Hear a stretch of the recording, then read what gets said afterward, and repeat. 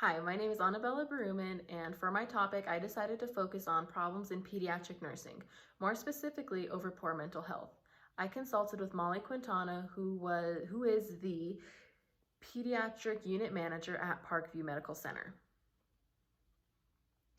When looking at poor mental health in nurses, it is not specified towards pediatric nurses. It just happens to happen in this job field.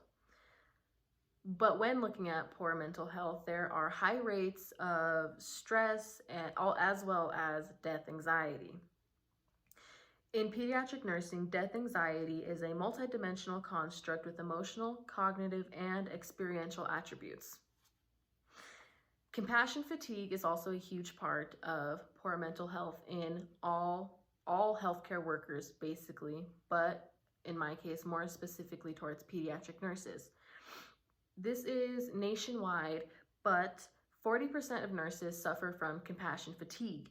Compassion fatigue is when you're caring for a patient leads to increased stress, or the added up stress from all aspects of the job are leading you to be tired, or your job performance isn't as high as it could be.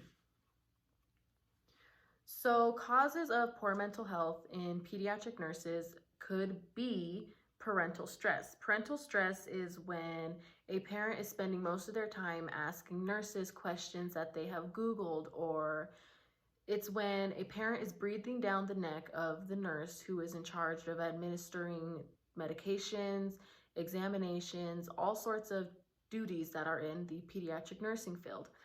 When there's a parent breathing down their neck, it can cloud their train of thought. It can lead them to not perform as well, which in the patient's case is not good. Patient stress is also a factor because when a bond is created, it leads a nurse to be that much more involved with the case.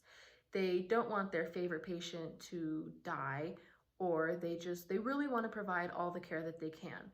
But in the pediatric nursing field, there are many age groups to deal with, from an infant, toddler, leading all the way up to 18-year-old teenagers.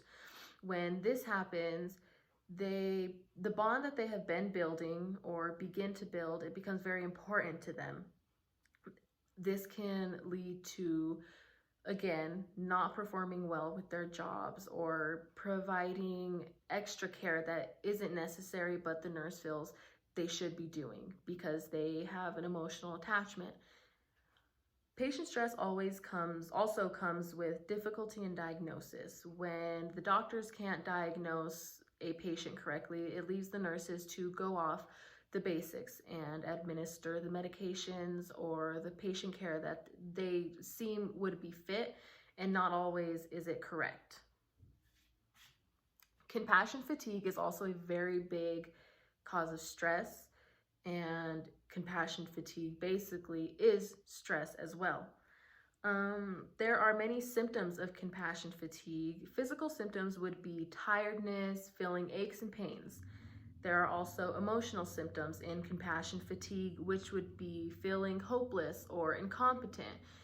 The nurses might distance themselves from the patient, from other nurses, from anything that would be involving stress or the patient that they have been feeling stressed with.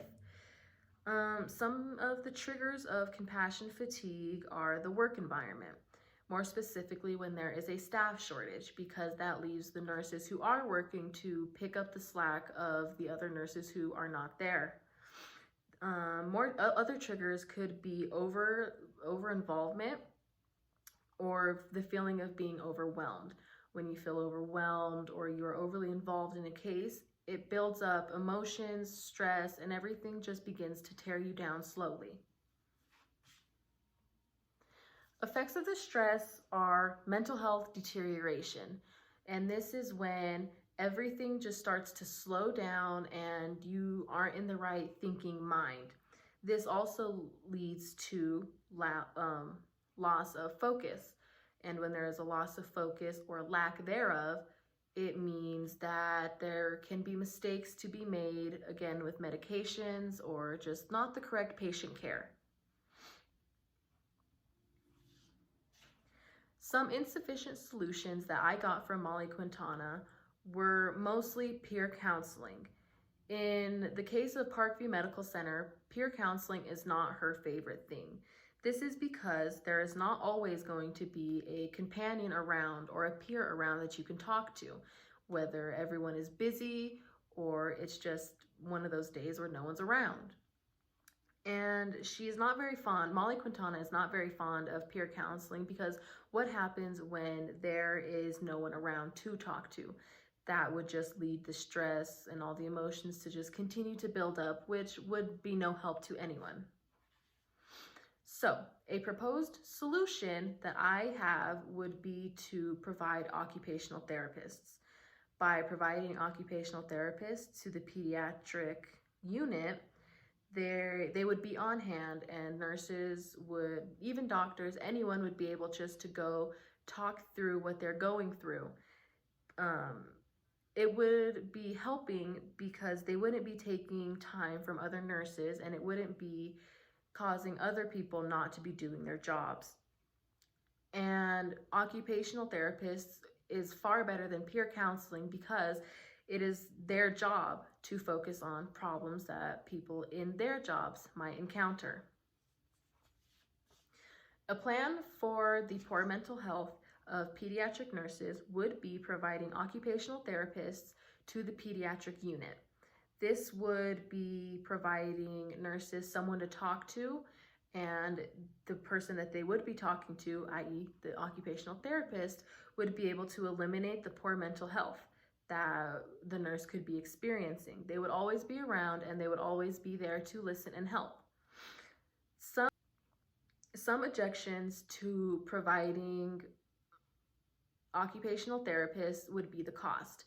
Because if Parkview Medical Center were to provide occupational therapists to the pediatric unit, they may have to provide occupational therapists to other units. And this would mean that they would be having to create more jobs, which would mean they would have to be creating more paychecks for those jobs, for those people.